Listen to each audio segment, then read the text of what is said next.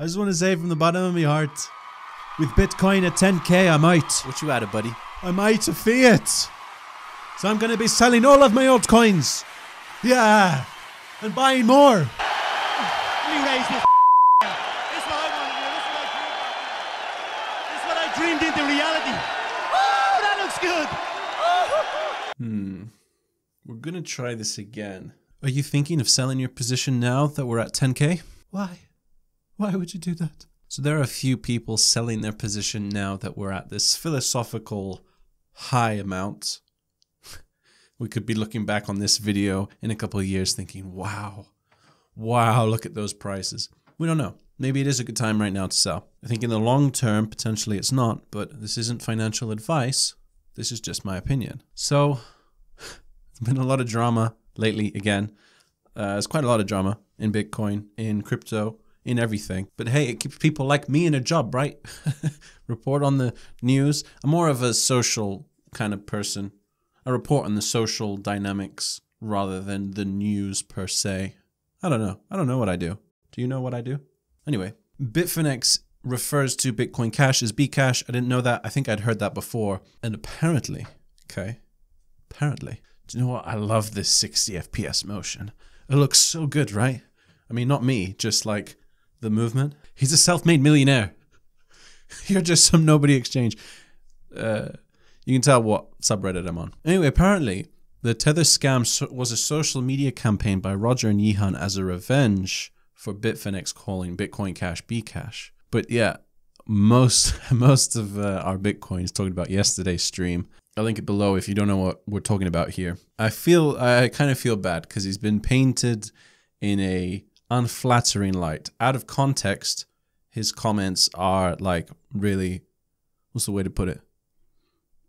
Outlandish, crazy. In context, they're not actually that bad. I don't actually know what's going to happen to Bitcoin Cash in the future, but I am excited for Bitcoin's future.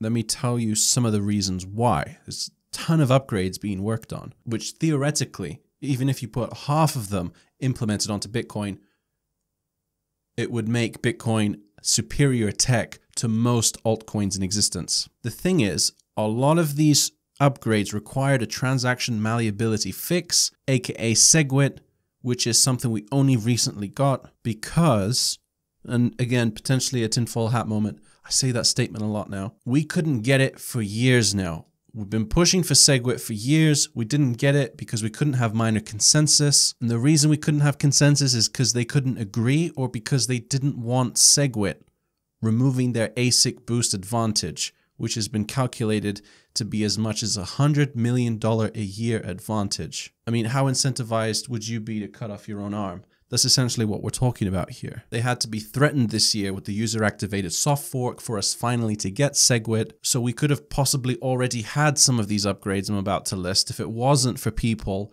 like Jihan, CEO of Bitmain, the largest mining pool for Bitcoin in the world, Roger owning a close second.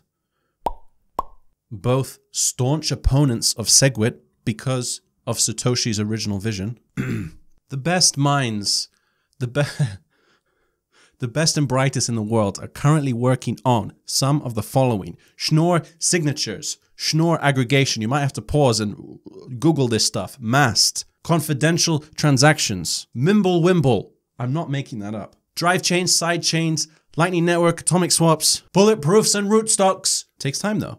SegWit was only recently introduced and 100% adoption would take a year or more. SegWit transactions are pretty cheap at times when Bitcoin Cash hasn't taken away a lot of the hash power from Bitcoin. Last point I'm going to make because the drama is so fresh. If there was only one type of cryptocurrency that existed and Bitcoin Cash came along, I might be a supporter of Bitcoin Cash, centralization fears aside. However, there are hundreds, if not thousands of altcoins, which are cheaper and faster to use. So I feel like the more Roger raises awareness of Bitcoin's failures in being slow and expensive, the more he weakens potentially both positions and why both chains aren't deserving of number one. Ethereum has better tech, for example. Litecoin better secure. No, it doesn't. Nothing's got better security kind of than Bitcoin, but Litecoin's pretty secure. Both are cheaper and faster to use. So it's a risky play for both chains, but Roger and Yihan stand to gain a lot from its success, so the risk is lessened for those two guys. I would like to see a new figurehead for Bitcoin Cash. One who didn't claim that Mt. Gox was solvent just before it went down. I'm Roger Ver, longtime Bitcoin advocate and investor.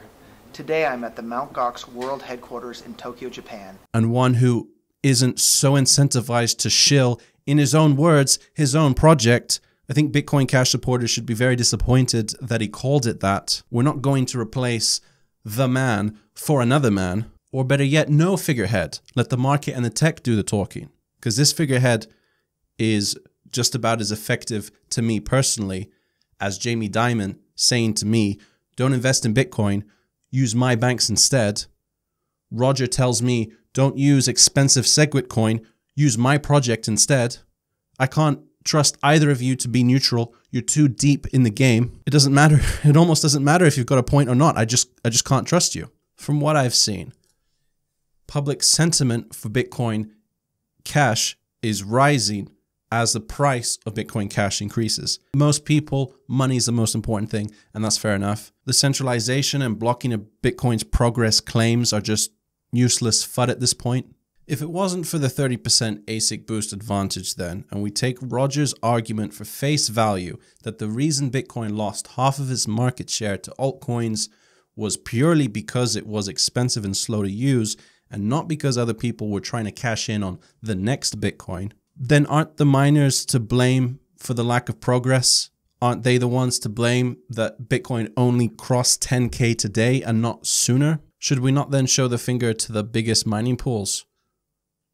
Or should we support them with their version of Bitcoin? And I say that because Bitmain tried to obfuscate the point that they were the ones who were propping up the Bitcoin Cash network. I've been covering Bitcoin Cash since before its existence for quite a while. I was watching it.